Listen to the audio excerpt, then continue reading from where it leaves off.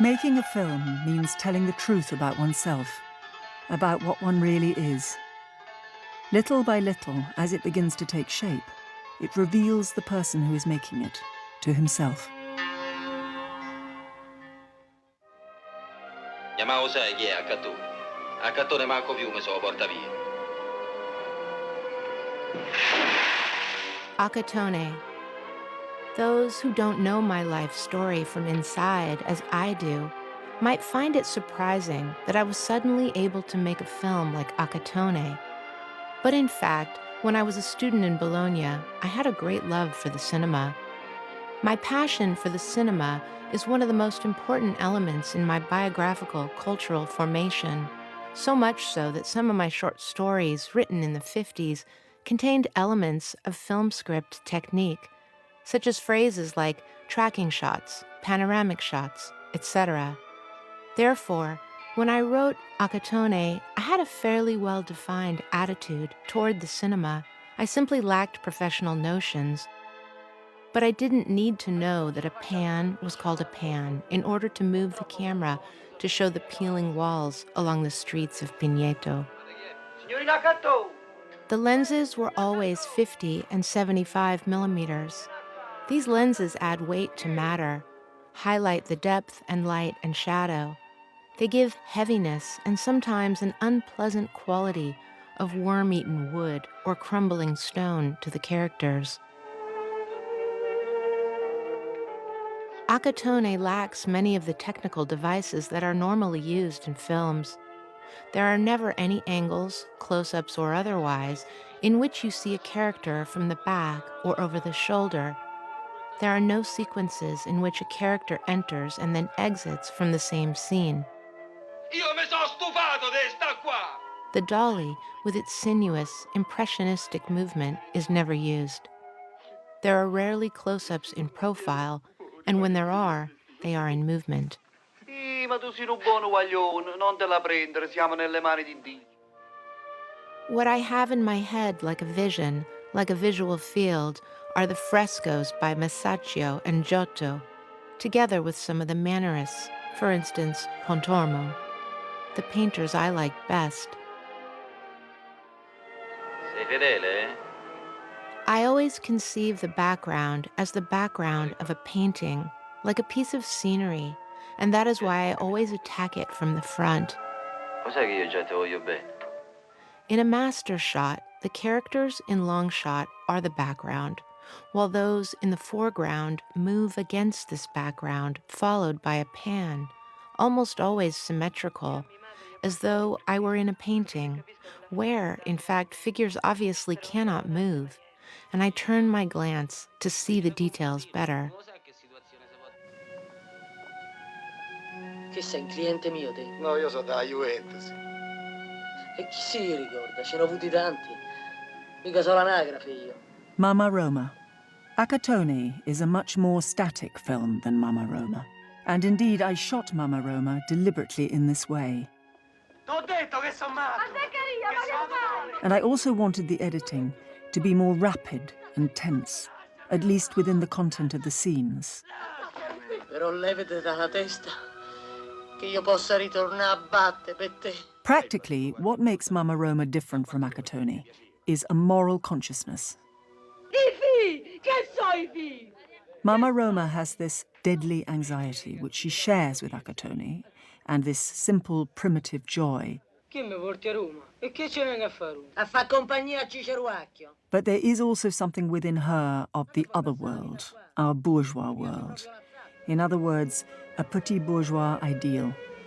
Oh, certo che è un altro ambiente qui. Indeed, when she takes her son and brings him to Rome, to her home, she already knows exactly what she wants. She already has an ideology, an obviously mistaken and confused one, deriving from the bourgeois world she has assimilated through the mass media we're all familiar with, television, romance magazines and movies. È bella la nostra casa nova, eh? Che te diceva tua madre? Equipped with this ideology, she throws herself into this new life together with her son, and it is the beginning of chaos. Ah, stupido, all'età tua l'unica donna che devi avere è tua madre. The contamination of her bourgeois ideology with her experience as a prostitute can only produce chaos. sposato, sa, vattene! Che me frega a me dai madri? This is where her hopes begin to collapse. Her new life with her son is a failure. In the end, explicitly in the screenplay and implicitly in the film, she directly extends her responsibility to all society. Certo che se c'avevano i mezzi erano tutte persone per bene. Allora di chi è la colpa qua? I have an almost ideological aesthetic preference for non-professional actors, insofar as they are fragments of reality, in the same way that a landscape, a sky, a sun, an ass walking along the road are fragments of reality. Ma ci hai fatto mai con una donna, Ettore? But I have a sort of idiosyncrasy regarding professional actors. Let me make it clear that this is not an absolute prejudice.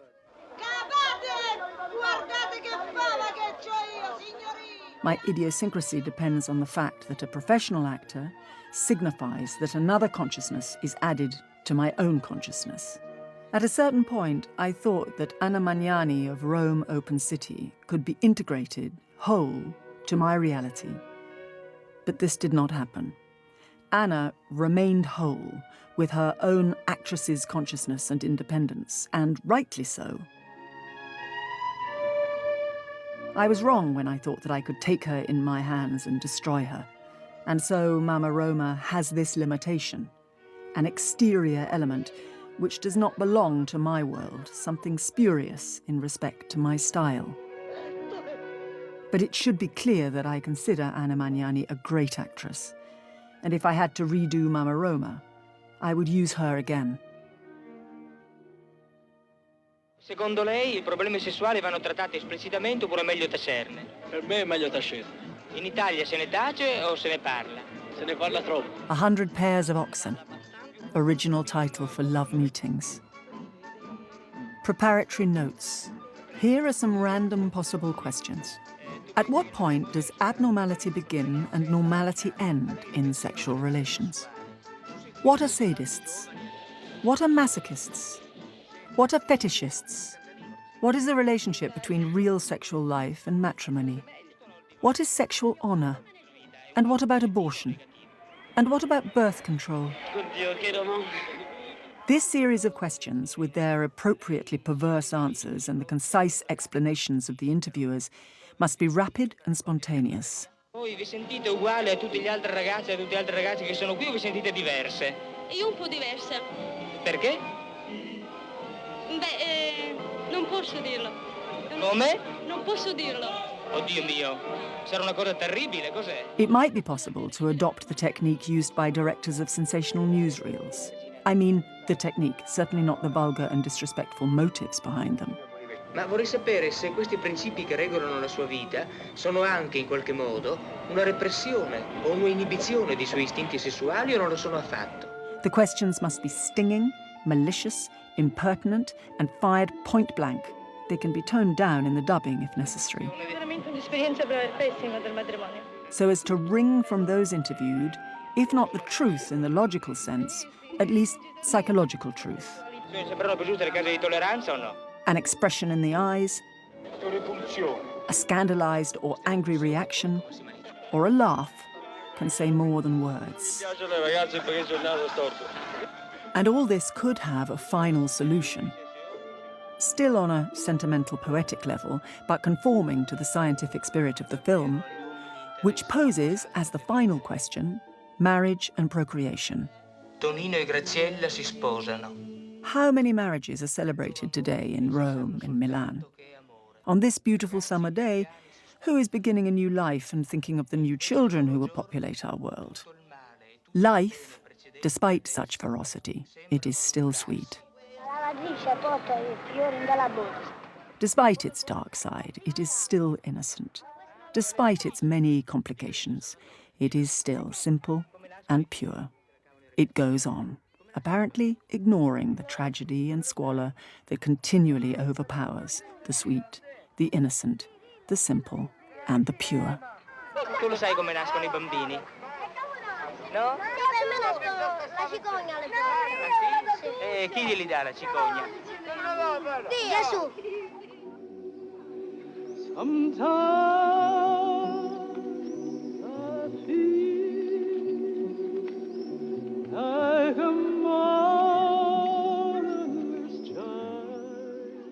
Gospel according to Matthew. I have reread for the 5th or 6th time in these last few weeks the Gospel according to St. Matthew. In fact, I have to begin to transpose the text as if it were a ready-made screenplay. For example, 1. Full shot of Mary, soon to be a mother. 2. Close-up or tight close-up of Mary who looks off, distressed, humble, ashamed. 3. Close-up or tight close-up of Joseph who exchanges the distressed look, but in a rigid and severe way. 4. Full shot of Joseph. The camera pans as he leaves the room. 5. Full shot of Joseph. The camera pans as he walks through the vegetable garden or a vineyard and lies down under a tree. 6. Close-up of Joseph who, tired, aching, closes his eyes and sleeps. 7. Full shot of the angel who appears to him saying, Giuseppe, figlio di David, prendi pure con te senza esitazione Maria tua sposa, perché quello che è generato in lei è opera dello Spirito Santo. This is the best reading that one can do of a text.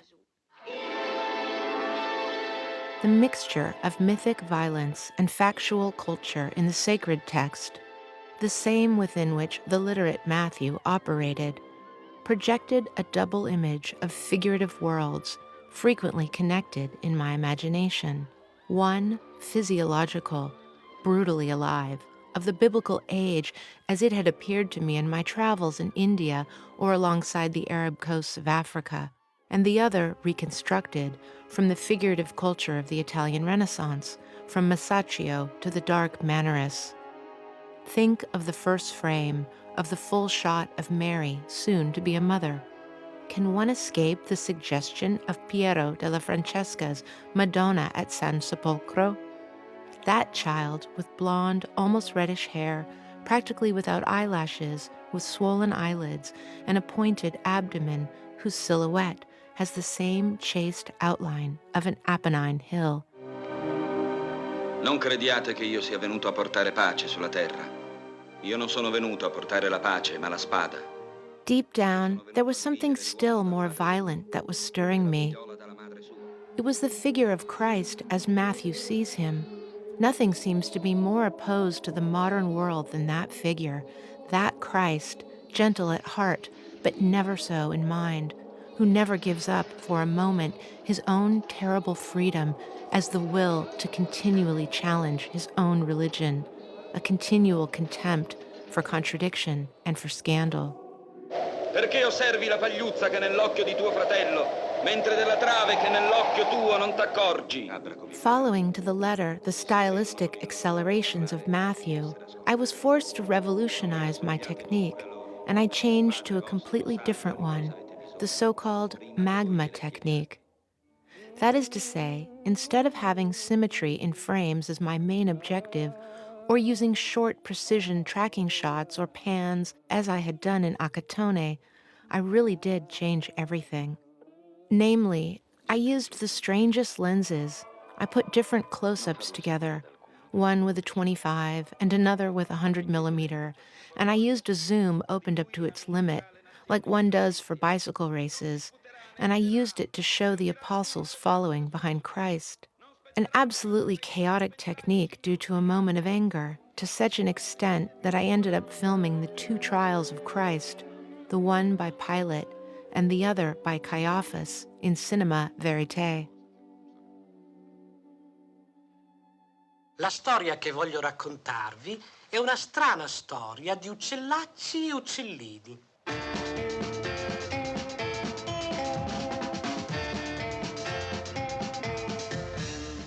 The Hawks and the Sparrows.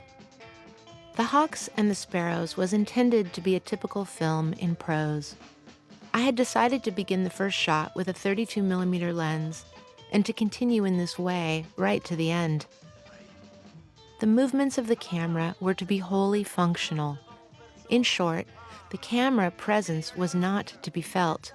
this in keeping with the tradition of the classical comedies, Keaton, Chaplin, etc. I chose Totò on account of his double nature, as it were. On the one hand, he is a Neapolitan sub-proletarian, and on the other, a straightforward clown, a disjointed marionette, a man of jests and jeers. Dimmi una cosa, al mattino che ti pettine con l'aspirapolvere? I use both actors and non-actors, and I am not interested in their abilities. I take them for what they are. C'hai una faccia di chierichetto. For instance, Ninetto Davoli. He was not an actor when he began to work with Totò, and I took him for what he was. I did not turn him into another character. But for the second time, such sure, precise, technical planning seemed completely wrong. From the very first, I found it impossible to apply this technique to my idio-comical tale, and this immediately threw me into a crisis, forcing me to adopt the technique of the cinema of poetry. Con la luna non si prende. Chi te l'ha detto? Perché? Perché si ammusa e bisogna aspettare l'alta marea. I began right away with the asymmetrical shots.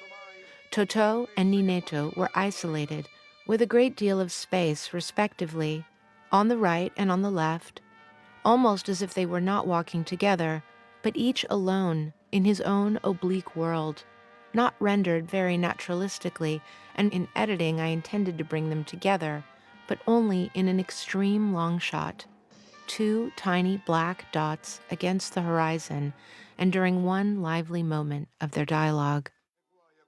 The cinema therefore conforms to the same laws as life itself, the laws of an illusion. Put in words, it may sound strange, but we have to accept this illusion.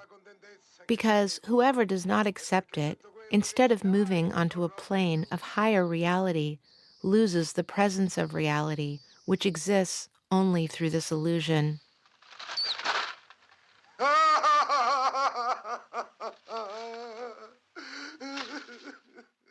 Nel tuo destino c'è scritto che assassinerai tuo padre e farai l'amore con tua madre. Oedipus Rex. Oedipus Rex is different from my other films because it is definitely autobiographical, while the others are not, or at least much less so, or, if they are, it is unconsciously and indirectly. The boy in the prologue is myself, and his father, the infantry officer, is my own father. The mother, a governess, is also my own mother. I merely told the story of my life, mystified, of course, and given an epic style through the Oedipus legend. Non voglio vederti, non voglio sentirti. È inutile, l'abisso in cui mi spingi è dentro di te. But since it is the most autobiographical of my films, it is also the one I rightly look upon with the most detachment and objectivity. Because even though I was narrating a personal experience, in the end, it interested me more as an element of knowledge, of reflection, of contemplation. In the first sequences, we see a field very similar to the one where my mother used to take me when I was a child. I had the costumes made based on old photographs I had, like those of my mother's dress and her yellow hat. There's also a military uniform identical to those worn by officers during the 30s. What really made an impression on me, however, was discovering again the large square in my town, now full of people, and finding myself there as if I were in a dream.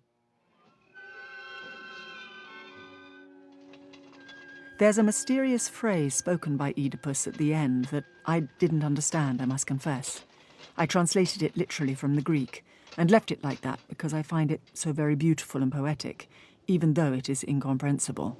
Ora tutto è chiaro, voluto, non imposto dal destino. If I could explain the meaning of this phrase, I would be a philosopher and a philologist. But in this film, I'm rather like somebody who has suffered from a hallucination, so I don't want to explain anything. I prefer to leave the sentence suspended in its mystery.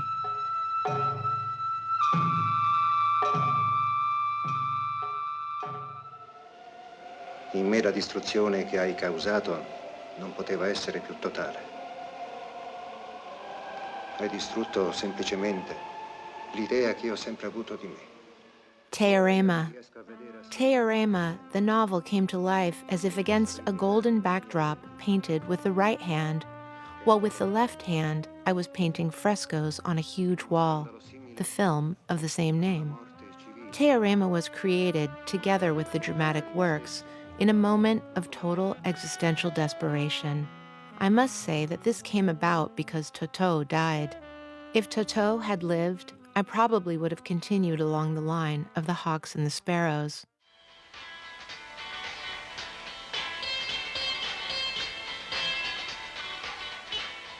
The history of the idea of teorema is very curious and significant. About 3 years ago, I began to write, for the first time in my life, some things for the theater. I wrote almost contemporaneously 6 verse tragedies, and teorema was, as an initial idea, the 7th verse tragedy. I had already begun to draw it up as a tragedy, as a verse drama. Where's that boy? A boy. Later, I felt that the love between this divine visitor and these bourgeois characters was more beautiful if silent. This idea led me to think that, such being the case, it was better to make a film out of it, although it seemed unrealizable. Therefore, teorema has 2 phases, an earlier theatrical phase, which later came to an end, and a second phase that is divided into 2 branches, one cinematographic and one literary. Well then, it presents a very strange connection between literature and cinema. The film, and also the novel, speaks about a religious experience. It deals with the arrival of a divine visitor in a bourgeois family. This visitation overturns everything that these bourgeois knew about themselves, and which this guest has come to destroy. Authenticity, to use an old word, destroys inauthenticity. Therefore, every member of this family suffers a crisis. And the film ends more or less with the following moral. No matter what a bourgeois does, he fails.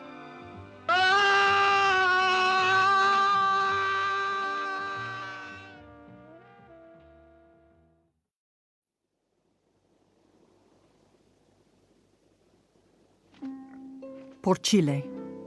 Teorema and Porcile are free, experimental films.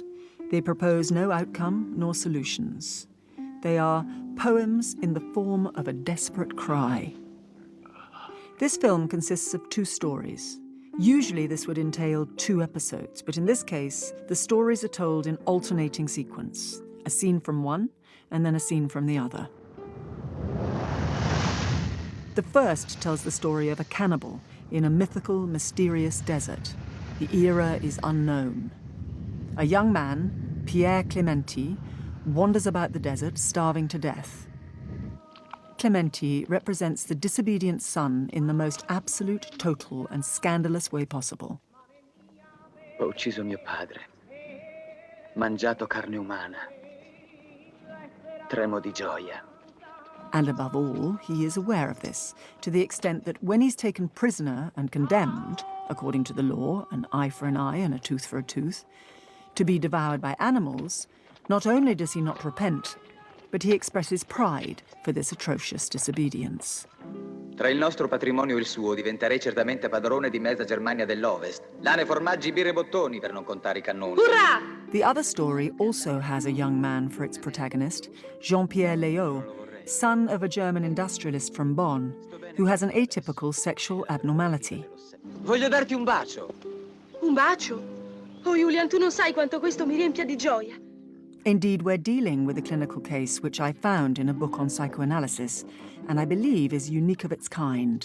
Buongiorno, signor. In short, he manages to have an orgasm only while having intercourse with pigs. Of course, this relationship is never shown directly. It remains purely symbolic, since the pigs represent the society in which the young man lives, that is, his father and mother. Alla fusione, caro Herr de Hitz. In short, the middle class is completely corrupt and transgressive, but no matter how depraved and corrupt a society may be, it will not allow its children to stray from its conventions. Eccolo qui, come Cristo in croce. My heroes in the film are young men who rebel against society and so are devoured by it.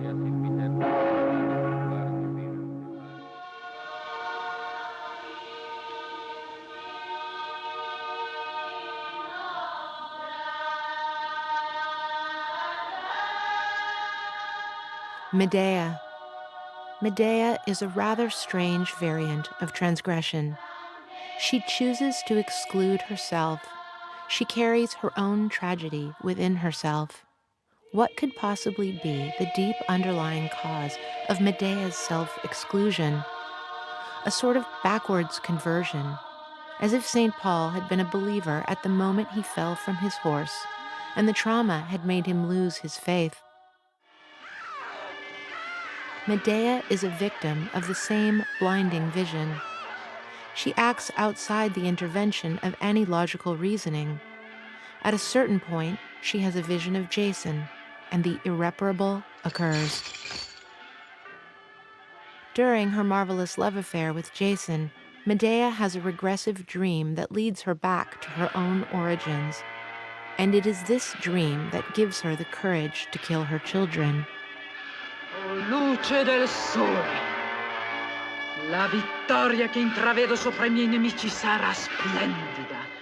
While dreaming, she journeys back to the archetypes of her life and sees those human sacrifices that were performed in that era and is stirred up by this vision. The crime that I have her dream is exactly as Euripides represented it.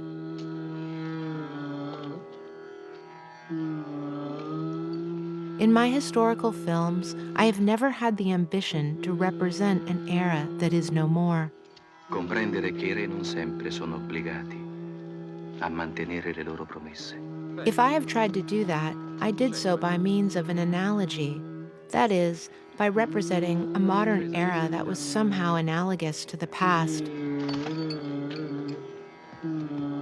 The past becomes a metaphor for the present, in a complex relationship because the present is the figurative integration of the past. Then, of course, the feeling of history is something very poetic.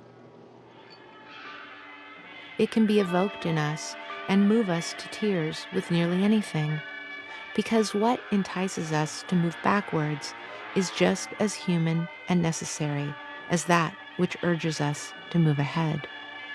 Non mi riconosci? Sì, sei il padre di mio padre. E allora che cosa aspetti? Coraggio.